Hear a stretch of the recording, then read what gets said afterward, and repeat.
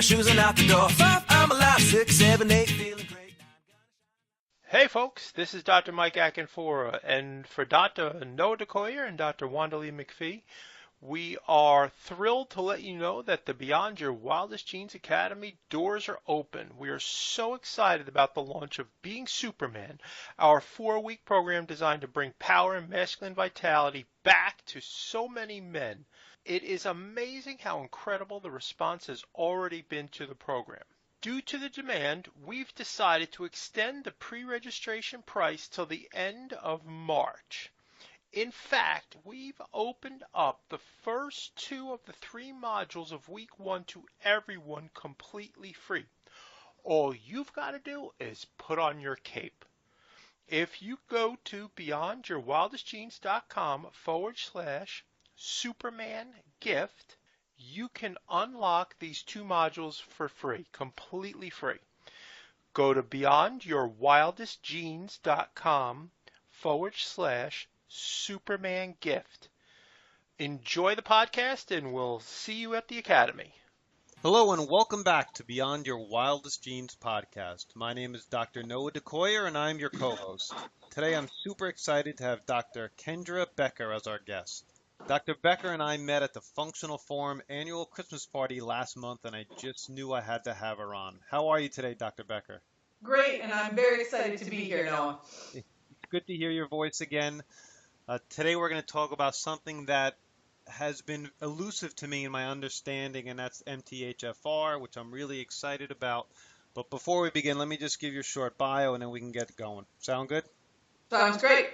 All right. So Dr. Becker is a naturopath and a 4A specialist working with conditions like asthma, allergies, autism spectrum, and atopy eczema. She's the author of A Delicious Way to Heal the Gut and the co-host of the Holistic Health Hour. You can find more information about Dr. Becker at www.drkendrabecker.com and www.holistichealthhour.com. So let's dive right in, Dr. Becker. Sure. And the question I like to ask first always is, how about a little bit of backstory? Give us a feel about who you are to our audience. Okay, sure. So I went to college to become a registered nurse. You know, I was going to be the next Florence Nightingale. And I graduated from a very competitive nursing school in Boston and went to work at some of the best hospitals in Boston. But I graduated in a huge nursing glut.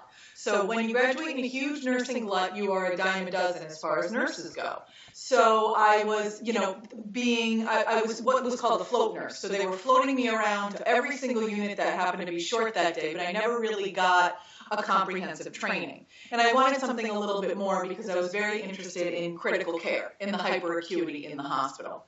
So I applied to a program in San Diego and was accepted into a critical care unit as a new graduate nurse where they trained me on the specific aspects of critical care. So I worked in cardiac surgery for both adults and children. And when you spend 5 years in San Diego and the bulk of your time is outside running or kayaking or just being in nature, being in the hospital and being with sick people, it kind of, at least for me, offset my balance. So I got very, very interested in holistic medicine and healing through diet, as I did with my own body, and really realized that the conventional aspect of medicine and thinking was just not for me. So California at the time was going through a real upheaval with, there was a huge dichotomy between this wellness lifestyle that California offers and the convention of the government and the conventional medicine that was really being promoted and offered. So I left California and came back to the East Coast and went to naturopathic medical school in Connecticut. However, living in Connecticut, you're confined and you're not, as far as practice. You are allowed to draw blood, you're allowed to do physical exams, but they don't treat you really as a conventional doctor does. So I couldn't sign school physical forms. I couldn't, write a prescription for something like Lyme disease. So because of my nursing degree, I actually completed my APRN as well. So I'm dually certified in Connecticut, so I do actually have the prescriptive right as well.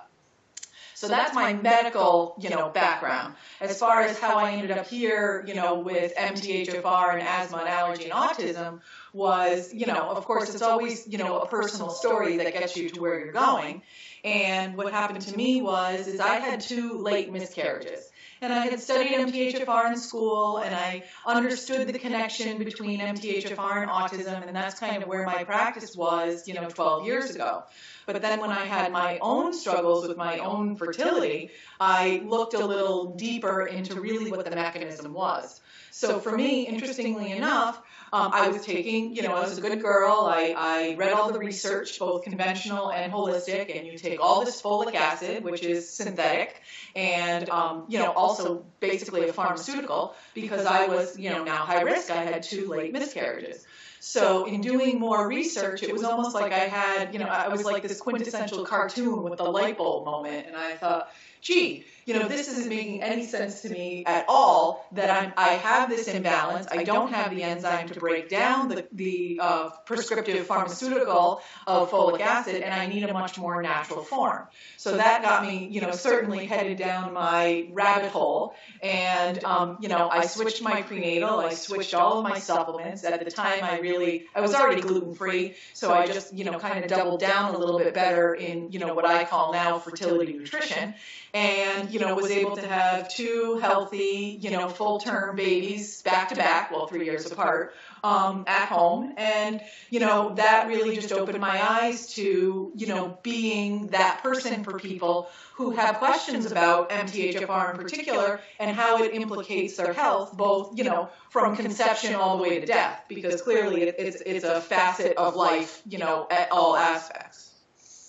All right, so let's start right there. What the heck is MTHFR? All right, so MTHFR, in school we learned it as the Monday, Tuesday, Thursday, Friday. So I'm not sure if your podcast is under the umbrella of the FCC, but we could certainly use other words to describe it, if you know what I mean. Yes. But anyway, so MTHFR is an enzyme, methyl tetrahydroxyfolate reductase. So about 60% of the U.S. population is actually missing that enzyme. So this is a problem. And the reason that it is a problem is because what we have done in our, big pharma, in our big food, is everything that is out there that is a product, that isn't food that nature has created, is basically enriched with folic acid. So when you are consuming folic acid and you have this particular enzyme deficiency, you don't convert the folic acid into the usable form of folate, which is called L5-MTHF. So basically what you've created into your cells is a bottleneck. So you have a ton of folic acid in your blood and no folate in your cells. And the folate is basically the gasoline for the engine of your cells. So when this happens in a body, so for example, in my case with conception, I was able to conceive without a problem. But because I didn't have the proper signaling, because I didn't have the proper nutrition inside my cells, there wasn't the proper signaling to continue to create or further along a pregnancy. So that's where my hiccup was. I didn't discover it until I went looking for it. However, in my practice, the bulk of what I see is children.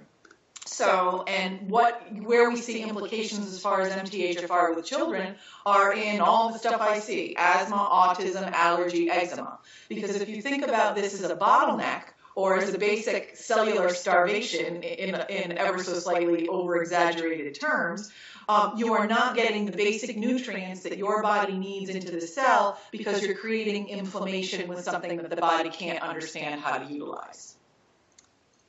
Does it just solely revolve around folic acid and folate, or No, unfortunately it doesn't. And so, so this particular enzyme, yes, it absolutely has to do with the conversion of folic acid to the usable form of folate called methylfolate. Absolutely correct. However, as you know, with the conversion of folate, you also need B12. You also need B6. You need cofactors of a whole bunch of usable elemental minerals like magnesium and calcium and vanadium and molybdenum. So in the one particular subset enzyme, yes, it involves only the conversion of folic acid to folate. However, in the implication of the entire system, it does involve far more than that. And that's what makes it challenging to treat. Okay. And how do you treat somebody that has this particular deficiency? So, I always say, as a naturopath, I always say there is nothing, I have no supplement and no advice for anybody that has a natural birth, a couple of years of breastfeeding, good wholesome food, great sleep, minimal stress, and time outside, right? I mean, that's where we all like to be, which is how people, don't come upon these health challenges until later on in life. So, I always say start with natural, and of course chiropractic. I should always mention that. And we can talk about that in a minute because there are some implications with MTHFR and chiropractic. But, so basically it's healthy living, right? But depending on what the patient presents with, it depends on what the treatment is. And that's one of the things that I think is most fascinating about holistic medicine is 10 people can come in with the same diagnosis and you would have 10 different differentials and 10 different treatment plans. And so a lot of times in my practice with my pediatric patients, it's a lot of education about staying away from foods with folic acid, right? So if you eliminate the thing that's causing your body to be out of balance, a lot of times your body will, self-correct and heal and, be able to put itself back in balance. In many cases, it's not that easy, right? So sometimes we have to consider diet changes. Sometimes we have to consider supplement changes. Sometimes we have to consider, even in some cases, a lifelong, supplement kind of regime. And a lot of times it has to do with, we'll have to look at blood work and monitor blood levels and really make sure patients are staying in balance. So is the most important thing what this person, this child, this individual is eating? Is it staying away from folic acid? Is it, I guess it's a little bit of everything, right? Right. And I always, food, as we talked about even during the functional forum, food is either your greatest form of healing or your greatest form of poison. So I think it all starts with food, right? And I think there are a lot of people who could live with this mutation, who, don't have this enzyme to convert folic acid into folate and eat a healthy diet and have never ever come in contact with folic acid and never have a problem. So absolutely, I think it always starts with food. Right. So hypothetically, if you had this missing enzyme and you ate a strict paleo diet, you would likely never run into any of these problems. Exactly correct. Which is really, honestly, my kids are now 7 and 10, what I'm trying to do with my kids. You know what I mean? Right. So, in an ideal world. That's interesting. And when you think about, and you started off talking about this, when in history did we start dramatically supplementing all our food with folic acid? What was that, 50 years ago, 60 years ago? 1989. Okay, so it's sooner than I thought. Yep.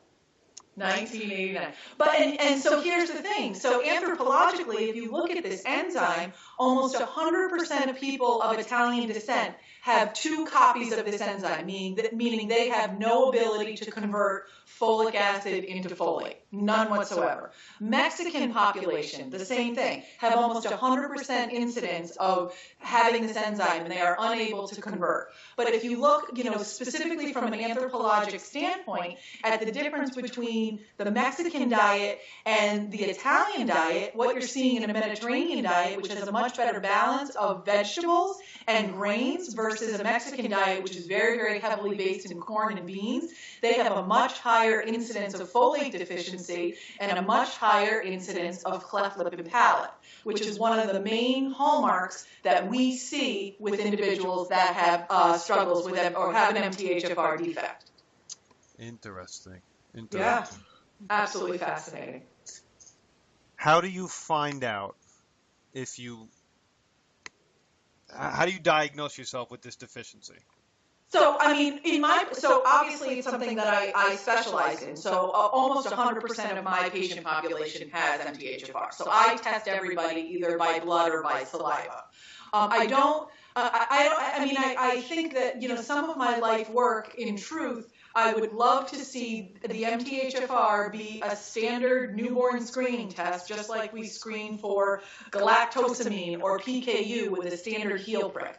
Because I think having this information for your newborn baby could set you up for a whole lifetime of health. And you have very basic ideas and very basic simple things that don't cost you a thing that you can do to absolutely prevent any kind of challenges in the future with your baby. So it's a very easy test to do. Any doctor can order it either by blood or by saliva. It is a genetic test. So I do often caution patients that if they don't want their genetic information out there for whatever reason, they easily could do a saliva test, and put a different name on there just so they have the information for themselves. It's not hard to find. 23andMe does it, right? When you get that test or no? Yes, absolutely. 23andMe looks at, I think, about 1,600 different genes, and MTHFR is one of them. And of course, it's not, as you know, it's not just one particular gene. So there's a whole family and subset that they do look at on 23andMe. So you can actually have your entire, you'll know the exact mechanism of your particular pathway for sure by looking at 23andMe. So if you were interested and you didn't want to go to your regular doctor or even a naturopath to do this, you could just do it outside this entire realm and just do a 23andMe screening, correct? Absolutely. What you would need to do if you do decide to do that, because as you know, 23andMe got chased around by the FDA for a little while until they sold out. But basically what they did is they are de-identifying your data through 23andMe and using it to make drugs through pharmaceutical companies. So generally, if I'm going to recommend that somebody use 23andMe, I always say use some sort of an alias. But yes, the information is on there, and then what patients should do is download their entire zip file onto their own home device. From there, then you can go and pay $25, $30 to have a much more specific health screen interpretation that's done that will give you all of these genes, the MTHFR genes, genes for liver function, genes for cartilage manufacturing, and a whole host of other things that are very interesting to those of us that study the stuff. I did that. What is that additional analysis called? What is that called? I did that with my 23andMe. Well, they're now, these days, what do they call, what is it? Motherhood is the necessity of invention. So now there's multiple different, software types to upload. So there's one called Strategene. That one's out of the northwest corner of the U.S. There's another one that's called Sterling's app off of the MTHFRsupport.com website. There's another one called NutraHacker. That one's, I think, put out by a nutraceutical company, because if you upload your data through NutraHacker, they love to give you all kinds of supplement recommendations. So you could come out of there with 4,700 different supplements. But the information is still valid and it's still there. So those are some of the ones that I use. There is a free one through a website called geneticgenie.com. But that gives you about 25 SNPs. Whereas something like NutraHacker or Strategene gives you closer to 400. So, you know what I mean? It all depends on what level of information you're looking for. Even kids can do 23andMe or no? Oh, absolutely. Absolutely. And for me, I just did my kids' 23andMe. I decided after I looked at mine and my husband's, DNA years ago after we had them and realized that they weren't so lucky in the genetic department. I decided that I didn't want to know, and now just over the last year I decided I think I do want to know. They're getting older, and there are things that they should know, about their health, and I want to give them the control over that. So that's why I decided at this point to do it for them. Yeah, well, that's great. I think a lot of our audience is going to do this, and I'm going to do the same with my kids as well. Now, Let's get a little bit back into the conditions. So autism, asthma, allergies, eczema, ear infection, on and on. Yep, you got it. Anywhere you want to go with that, shoot. Just successes, what you see, how you treat, your protocol. Anywhere you want to go with it, I'm fine with. So go. Okay, perfect. Well, let me start with this. Let me start with MTHFR and chiropractic. Okay. So my husband is a chiropractor, and we do practice together. So he's a base, we talked about this. He's a basic Atlas guy. So he comes in, he adjusts patients, he spends 5 minutes with them. He says, have a great day. I'll see you next time, next week, whatever.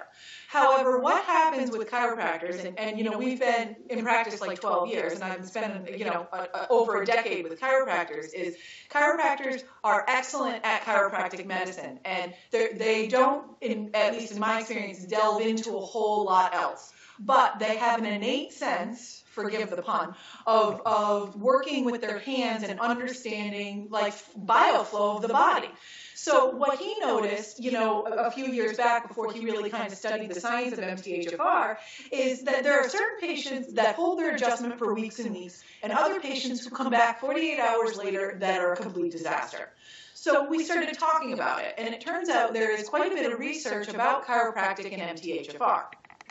What happens with these patients that are positive for MTHFR is, now you remember about the mechanism here. We're trying to get folate into the cell, right? So folate always goes into the cell with B12. And in order to get B12 in the cell, you need B6 and you need magnesium. So one of the best things to keep your alignment or to hold your adjustment is magnesium. So basically, when you're positive for MTHFR and you carry this mutation and you're not converting properly, you're also not using your B12 right, you're not using your B6 right, and you're burning through your magnesium. Now here we live in the Northeast, and magnesium levels in individuals in the Northeast are very, very low compared to the rest of the country. So we already know we're starting with a magnesium deficient population. You combine that with a problem with MTHFR, you have patients who are coming in for back pain, neck pain, headaches, or whatever, and they can't hold their adjustment for 48 hours. So what we've discovered is by treating these patients for MTHFR, because a lot of times, a patient will come for chiropractic because they're invested in chiropractic. They're not invested in functional medicine. They're not invested in a paleo diet or anything else. They just want drugless pain management, for lack of a better word. So what we found with our patient population, even the patients that don't change their diet, that aren't exercising, that aren't quitting any of their vices, if we treat and manage their MTHFR with specific B vitamins and give them a little bit of magnesium, they hold their adjustments much longer and they stay out of pain for a much longer period of time, which I think is absolutely fascinating because, as you know, as a chiropractor, you see patients younger and younger with migraines and headaches and back pain and insomnia. These are 6-year-olds. You know what I mean? This isn't your grandmother sitting around the bridge table. Right. So, it's to get these kids in and to be able to treat these, genetic mutations much earlier on, I think really sets kids up for a much healthier life, moving forward. So, I think that's important to say because I think I get a lot of referrals from local chiropractors to do this for them. Because, you as a chiropractor, you want to see your patients get better and you want to see them out of pain and you want them to be on a wellness plan where you can kind of check in with them every couple of weeks as opposed to always constantly putting out a fire. So right. This has been huge, particularly, for me because I'm able to help patients, but even for my husband, because then the quality of his care and the satisfaction of both his job and his patients goes way up because patients feel better. So I think, that's always important to say too. And I do think chiropractors, at least the ones I'm working with, are very invested in this because they know how important it is. So I think that makes a big difference. But as far as what I see, as you know, I treat mostly little kids, asthma, autism, allergy, and eczema, and all of those happen to be, an issue or an expression, I guess we could say, of having an MTHFR mutation. So particularly with eczema, right, we know that eczema is basically a rebellion in the gut. We know that there's inflammation in the gut. We know that there's imbalance in the gut. And we know that the body is trying to get the imbalance or the inflammation out of the gut, and it pushes it to a part of the body that is, quote, non-essential, like the skin. And that's basically why we see eczema. Standard conventional care would be steroids on the skin. There isn't a single word uttered in a dermatologist's office or even your pediatrician's office that says, hey, what are you eating? What does this kid, want to have for breakfast? What is their eating cycles like? Are you using chemicals on your, clothing? Are you washing your clothes in detergent that has fragrance and scent? So, none of these conversations are had. So that's a lot of what I do in my office is a lot of education. If you have a child that has an MTHFR mutation, that has eczema, and they are uncomfortable, you have to go down to basics. They have to wear pure cotton clothes. You have to put things on their skin like coconut oil that doesn't react or cause further inflammation onto the skin. And of course, you're doing that in the meantime because the child is so itchy and uncomfortable. And then you have to fix what's going on inside. So you fix the diet. You certainly fix any genetic problems that you can get a handle on.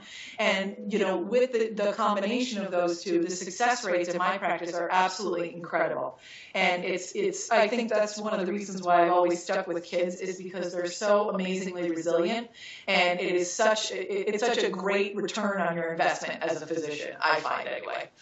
I agree. So, and as far as asthma, asthma is basically the same pathology that you see with eczema. It just happens in the lungs, right? So the same, discussion goes on where we got to look at food, and we have to look at chemical exposure, and we also have to look at MTHFR. Now you look at MTHFR particularly with kids with asthma because they have a conversion problem. So if they're having a conversion problem and they have high levels of folic acid in their blood, that's creating inflammation. If they have some genetic predisposition to have a weak spot in their lungs, or the other thing that is widely noted with kids with asthma is they have the bronchi, the two little tubes that come off your windpipe that go to your lungs, are their angles are different than what the standard is, and that's seen very frequently in kids with asthma. So again, we have an anatomical problem. Now, in most cases, kids will grow out of that, right? As your body grows, your bronchi grows, the angle changes, and kids will grow out of it. But because we've intervened so much with conventional medicine and steroids and long-term steroids and leukotriene blockers, we've now changed the microbiome and the cellular expression inside the body that is now setting these children up to literally require medication for their whole life. So if you can if these patients show up in my office before they've gone on pharmaceuticals, and we can make diet changes and we can make supplement recommendations. And with all my kids with asthma, I of course always send them to the chiropractor, just because that neurologic reset that you can get from an adjustment makes a huge, huge difference in breathing. And the other thing too is educating asthma kids, particularly on taking deep breaths. It's one thing when you're struggling to breathe and you're air hungry from an asthma attack, you shut off the ability to use your diaphragm. Right. And one of the things that a chiropractic adjustment does is it actually re-stimulates and balances that phrenic nerve to allow for a full deep breath for these kids. And air exchange alone is healing. What do we say to people that are in pain? Take a deep breath. If you've had a diagnosis of asthma for 15 years and you haven't used the bottom two lobes of your lungs, how are you going to be able to do that? You can't. So, I think that makes a huge difference. And I think our society has become so medicalized that we forget these fundamental aspects that are incredibly useful and incredibly beneficial to our health. Dr. I have a question. We live in a shortcut, quick fix society. If we have a headache, take an aspirin. If our vitamin D levels are low, get some sun or take some vitamin D. There's no real shortcut here, right? There's no supplement that you can take to change your genes or to you have to avoid folic acid. That's first and foremost, correct? You're absolutely right. There is no shortcut. And I honestly think this is society's lesson. You know what I mean? You can't. We live in a quick fix society, and we've been indoctrinated into this whole pill kind of philosophy. And I think that's one of the reasons why chiropractic is so effective, because it is drugless medicine and it is a quick fix, but it is not a resolution in some cases. It does get you out of pain. But as far as MTHFR, you absolutely have to fix the diet. You absolutely have to heal from within. And you have to remember, too, that your genes don't define you. You know what I mean? It's like we say in genetic medicine, the genes, load the gun, but the environment pulls the trigger. Right. So you could live a full, happy life and never come into contact with folic acid, you know what I mean, and not have any issues. The problem is we're in this over-processed, over-medicalized society where you're bombarded by it, you know, on all levels. And that tends to be the issue, particularly with little kids, you know, who want to go to school and eat the junk that, you know, the other kids are eating, or they want to go to a birthday party and have, you know, the cake that's been enriched with folic acid and that's full of GMOs, and, you know, they want to have the pizza and the soda. And that's really where the struggle comes in this society, because it's not the norm to go to a party and have walnuts and carrots as your, you know, birthday snack kind of thing, unfortunately. And I have another question. Now, you said they started mass supplementation in 1989. Correct. And we're seeing dramatic increases, I guess, from that point of autism and ADD and all these other, I mean, we're just getting sicker and sicker as a society. Right. Is it obvious that this is one of the biggest reasons why this is happening? Oh, absolutely. I mean, there's all sort, as you know, I'm sure you follow a lot of the environmental, you know, working group and, you know, the environmental medicine stuff. But it seems to be that 1989 was really the tipping point. And that's where we've seen, you know, we just we ramped up the toxicity, literally by like something like 75%. And because those kids, we're looking really at, you know, what we're calling the millennial generation. Those kids have, you know, now those are now parents. They now have children, and those children are part of that sick generation, because the genes that were passed on have now, you know, have another generation of literal weakness. And so it's a lot of undoing. You know, you really, to really understand genetic medicine, you know, my generation, for example, we need to look at our grandparents. Our parents' health has very little implication on where we're at, so we have to look at our grandparents' health. And that makes a huge difference. So, you know, if you look at your grandmother and she's, you know, 99 and she's driving a car and she's, you know, still going to the hairdresser and has her own teeth, you win. You know, if you look at your grandparents and, you know, you have a lot of Alzheimer's in your family or cancers and things like that, those are the people that really need to take a good hard look at their life and make some huge changes. Because in my opinion, I think it's all preventable. And I think it's all something that we have complete control over. But you have to take control over it, and it's work. You know what I mean? All right, so let's talk about some diet action steps for the audience. What are the main things we want to include in our diet, and what are the main things we want to avoid to try to eliminate our exposure to folic acid as much as we can? Okay, so to eliminate our exposure to folic acid, you avoid anything that's in a box, basically, anything that's processed. And the other thing is gluten. Gluten is a huge problem for a number of reasons, but we'll talk specifically about the folic acid problem. Number one, 100% of gluten is enriched with folic acid in this country. Almost 100% of all wheat and gluten products are GMO. Now, when you have an MTHFR problem, now remember we talked about the folate and the B12 and the B6 and the magnesium. Well, because the body's working so hard for that conversion, it has very little time to be able to make decisions, I guess, for lack of a better word, to eliminate toxicity. So we know these people actually have a higher toxic burden. So staying away from things like GMOs and, you know, artificial sweeteners and chemicals and artificial colors and things like that absolutely positively can enhance your health.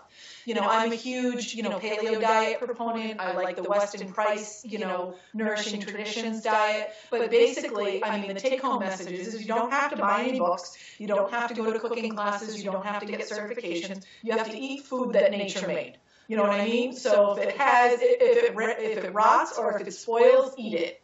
You know, if it has an expiration date on it, you know, keep going. And so that's generally how I like to operate. And I don't think it's any more complicated than that.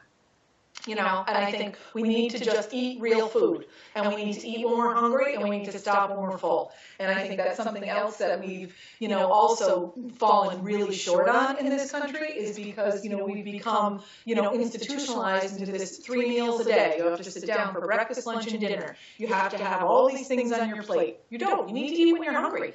You know, that's what our forefathers did. That's what our ancestors did. And that's what the cavemen did.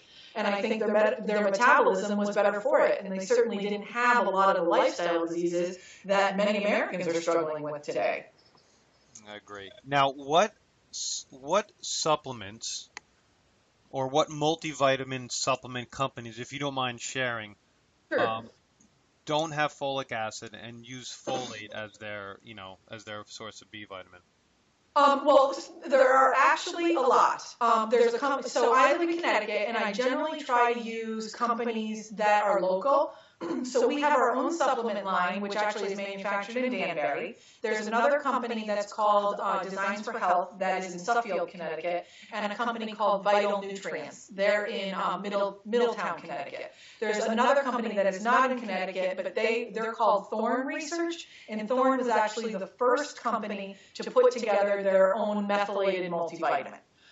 So those are the companies I tend to recommend.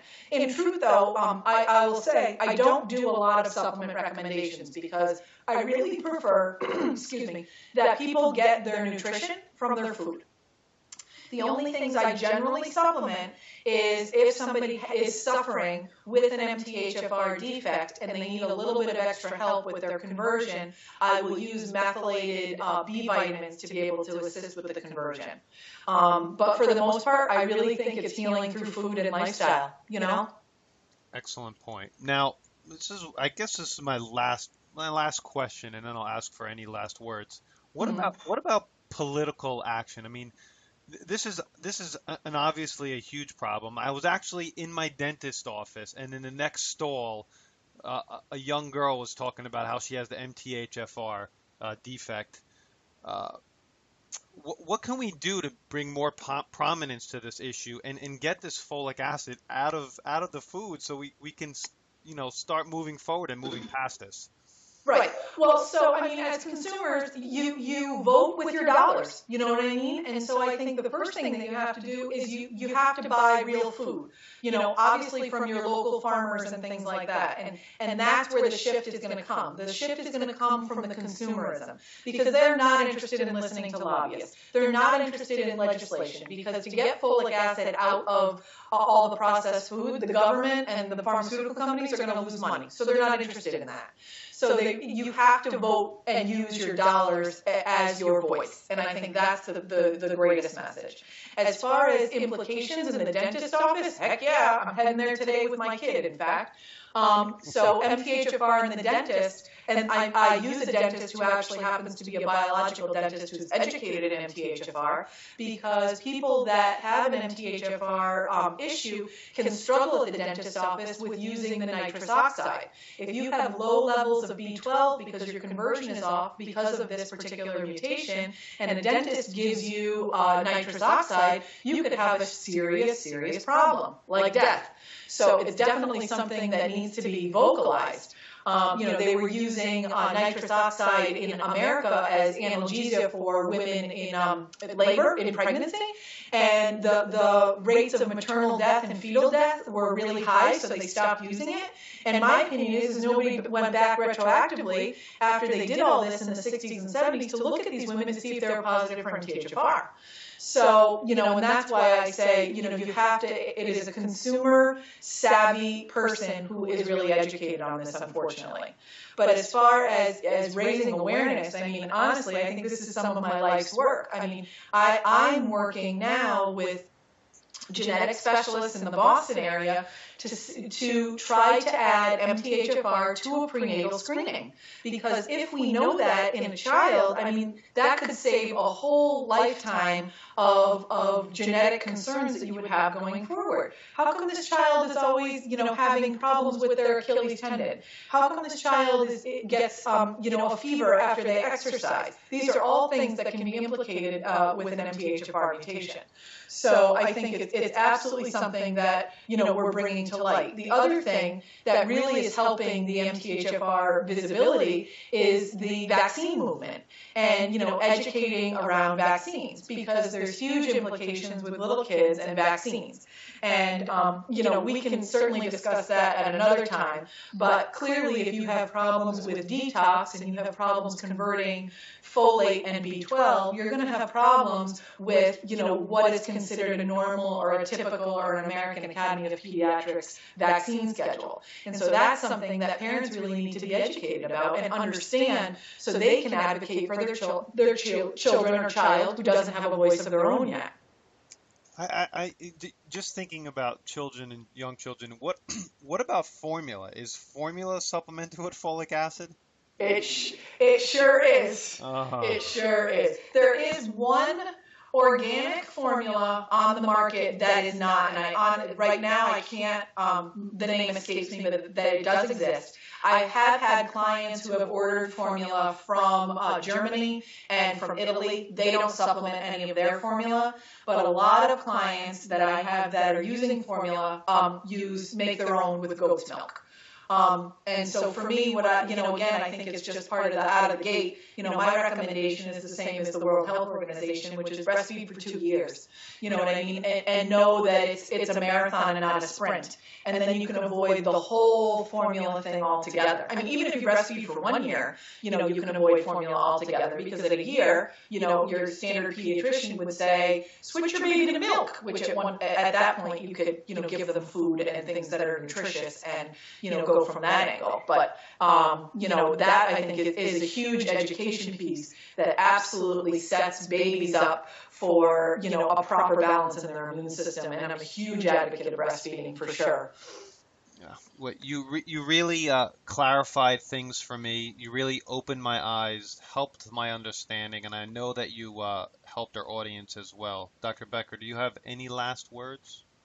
I only can say, Noah, thank you so much for having me on here. Thanks for letting me talk about MTHFR because I know it can be elusive, for patients and for even physicians who it seems like a huge undertaking. But the truth of the matter is I think our message is all the same, which is eat clean, train mean, and be nice, right? I mean, that's all we need. And you have a TV show, correct? I do. My TV show is called Holistic Health Hour, and we've been around for just about 8 months now. And when we had started, we were going to be, the voice for the holistic community. But myself and my co-hosts are, really very invested in the autism community. I'm speaking at Autism One in May, and it seems like whatever we end up, as far as our guests or as far as our topics, we always seem to end up circling back to autism. So now we've just become like the autism community experts, which is certainly a title that I will embrace for sure. But it's nice. We've had a lot of exposure, and it's been really nice to kind of communicate our message that way. Great. Well, thanks again for being on. My name is Dr. Noah DeCoyer, your co-host, and you are listening to the Beyond Your Wildest Genes podcast. If you like what you've heard today, please share this with your friends and encourage them to subscribe on iTunes. In fact, today, which is January 5th, and this podcast will come out in a few weeks from now, we've just eclipsed 250,000 subscribers. Thank you, and a review on iTunes would be the icing on the cake. You can subscribe to our incredible weekly email at www.beyondyourwildestgenes.com. Thank you, and as my oldest son Hayden says, be awesome and never unawesome.